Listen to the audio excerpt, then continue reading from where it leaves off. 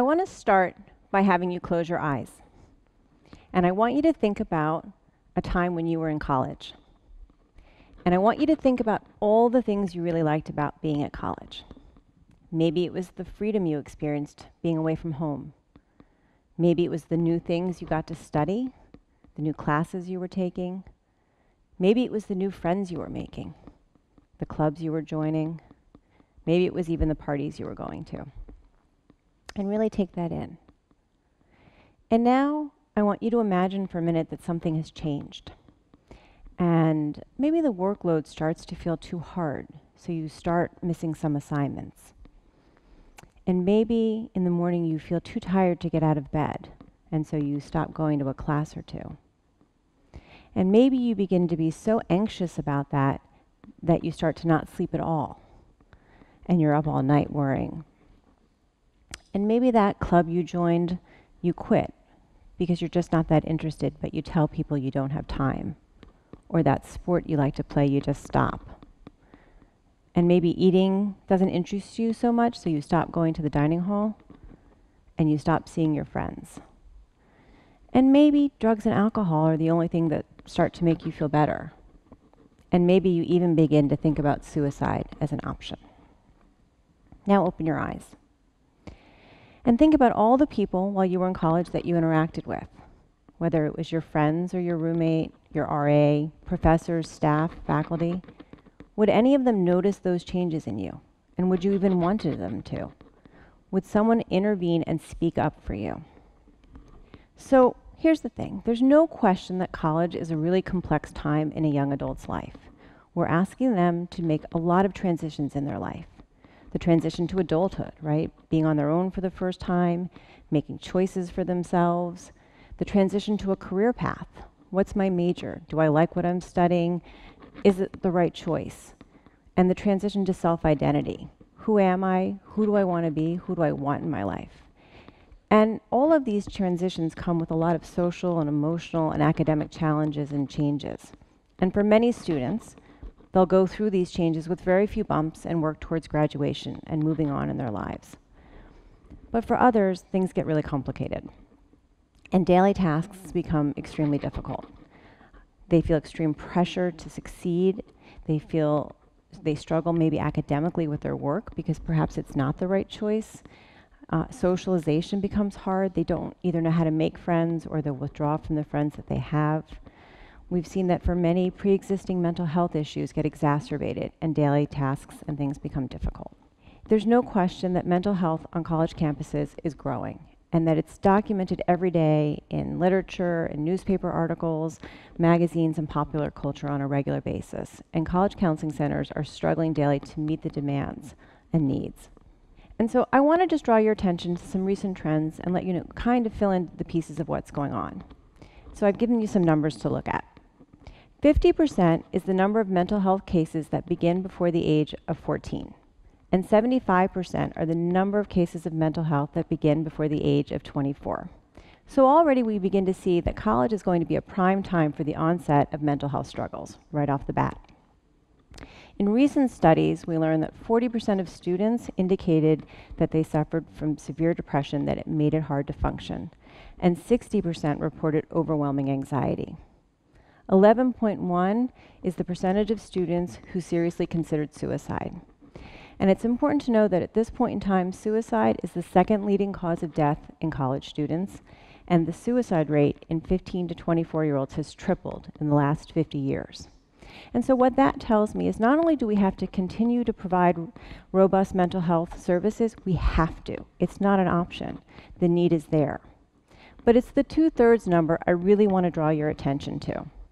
2/3 is the number of students with depression and anxiety who don't seek help, right? So I want you to think about that. 2/3 of students who reported suffering from depression and anxiety do not seek help.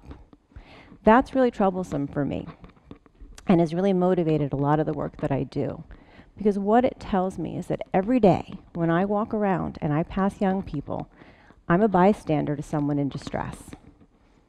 And that's just sort of where we start. We're all bystanders, right? And it's a hard thing to hear, we're all bystanders. But when you consider what a bystander is, right? A bystander is someone who witnesses an event. A passive bystander is someone who witnesses that event and doesn't take action, where an active bystander is someone who can witness an event and take an action. And if we consider a student in distress to be that event, then if 2/3 of students aren't seeking help, we're all bystanders to someone in distress on any given day.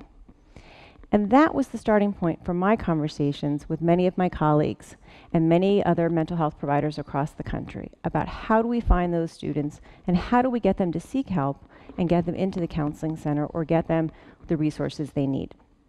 And in having those conversations, once you begin to realize that we're bystanders, it means that we're all seeing different things on a daily basis. And we knew, and I knew in those conversations, that students and faculty and staff were probably all seeing signs, but not being sure what they were seeing, and if they did, what to do with the information. And as this was growing, at the same time, bystander work was growing in sexual assault awareness. And we were talking about, could we apply the same idea to mental health?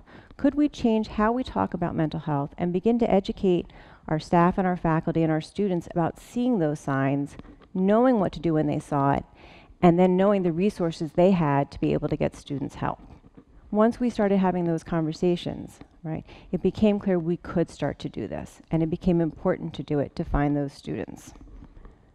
Now, part of the conversation is understanding why we don't intervene. And this becomes important because the goal is to create a community of care, and is to create individuals who want to step in and do things.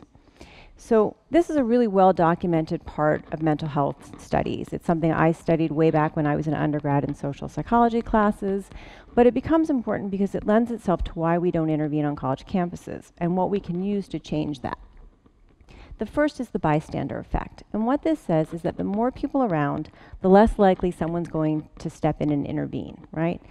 So why is that? Because the more people around, it's easy to assume someone else is going to do it, right? And that's called the diffusion of responsibility. And where else will you find 1 million people but a college campus? So if you are involved in something and you're watching, you may say someone else has it, right? Someone else probably noticed the student not handing in a paper. Someone else probably noticed the student who was sitting on the bench being, not looking so great. I'm sure someone else has it. So it becomes easy to see why we might act in that way. And again, it's very popular. It's in a lot of media about bystander effect.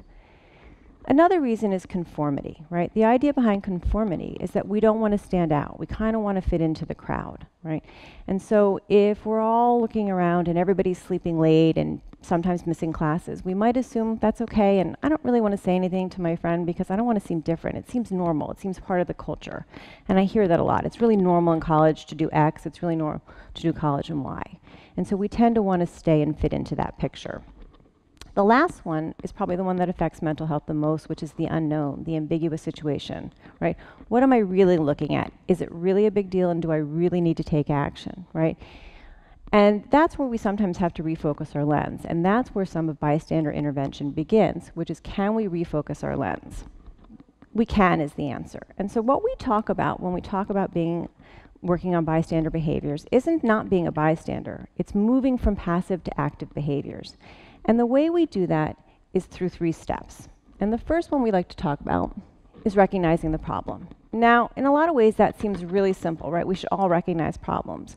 But if you remember, I said the ambiguous situation is the most difficult to figure out.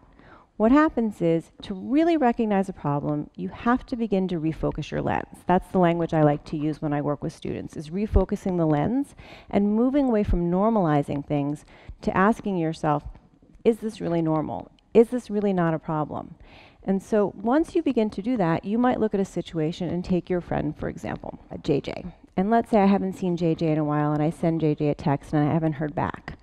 I might not really worry about it for a while, but if I begin to refocus my lens, I might realize that that's not normal for my relationship with JJ. And I haven't actually seen them in class, and they're actually not been coming to that club we joined. And so when I begin to put those pieces together, I'm going to say in my gut, I think something might actually be wrong here, as opposed to normalizing and saying, everybody does that, or I haven't heard, it's okay.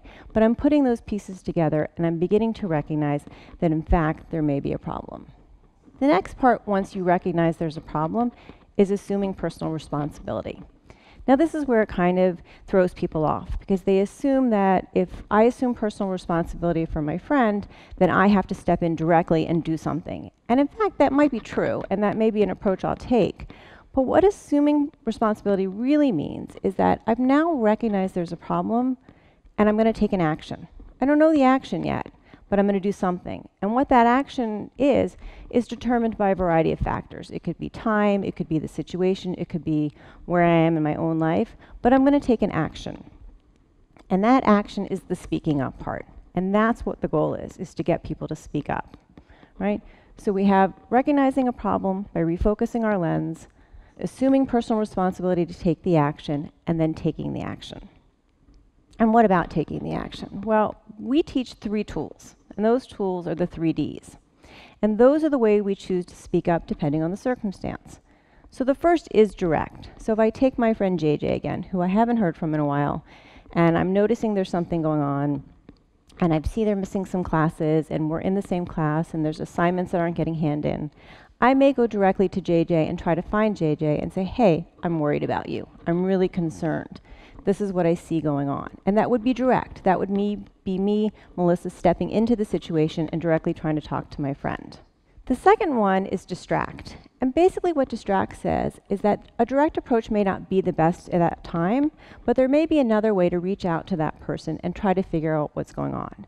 So what I may do is try to go to JJ again, but instead of saying I'm worried about you, I may say instead, hey, I need to go for a walk. Do you want to come with me? I'm starving. I need some food.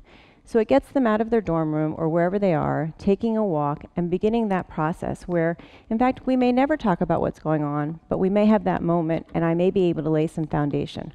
Or I may share what's going on with me and getting that dialogue started and creating a way for the conversation to happen. And that's often a really good place to start when you're concerned about someone, because right off the bat, they may not realize until you give them all the pieces that something's going on. The last one is one of my favorites, but it's also the one I think we forget about a lot, which is the delegate.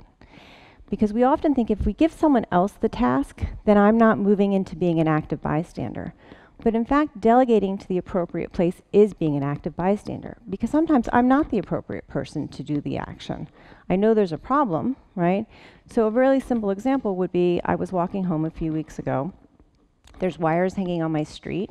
I knew it was a problem, but I also knew I wasn't going to be the one to hang the wires back up, so I delegated it to my police department, who called, and the fire department came, right? So I was not being passive, I was being active, but I got the right people. Well, it's the same with our students in distress. So if I take my friend JJ, who at this point maybe being direct hasn't worked, distracting hasn't worked, and now things are escalating. Maybe to the point that I'm really concerned because I haven't seen them in a while, and when I do, they seem very sad, and they're saying a lot of things about quitting classes and quitting school. I may delegate at this point to an RA, or even to our care team, which is a place where students can report and faculty can report students of concern. And they have the ability then to network. Or in fact, if I'm really concerned about their safety, because there's some other escalating things going on about, they're talking about death and giving up, I'm gonna call campus police, because that's the best resource to use if you're concerned about safety. And again, I'm being an active bystander, I'm not directly getting involved, but I'm delegating to the appropriate place. So what happens is when you learn these skills, right, when we learn 3 steps for intervening and we learn tools, we create a community of care. And that's what we want, is a community of care.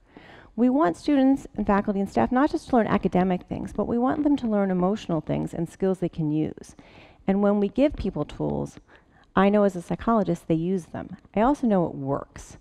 And because of that, what I've seen here, and the more we've done this kind of work and we've taught signs of distress, our care reports have grown by double. And for some people that might seem alarming, but in fact that's what we want. If you consider that 2/3 of students suffering from anxiety and depression don't seek help, right? We need to find ways to speak up for them. And so we want those reports to grow, because that means we're finding those students and we're speaking up for them and no longer being a passive bystander, but an active bystander in their life. And the best part about all of this is that these are tools, right? And they're not limited to college. And the goal of college, right, is to educate students to take tools out into their own communities. And so these are tools that you never forget and can take with you. And when our students graduate, we hope they take them out as all of you take them out into your own communities and use them in your daily life the way I've learned to do as well.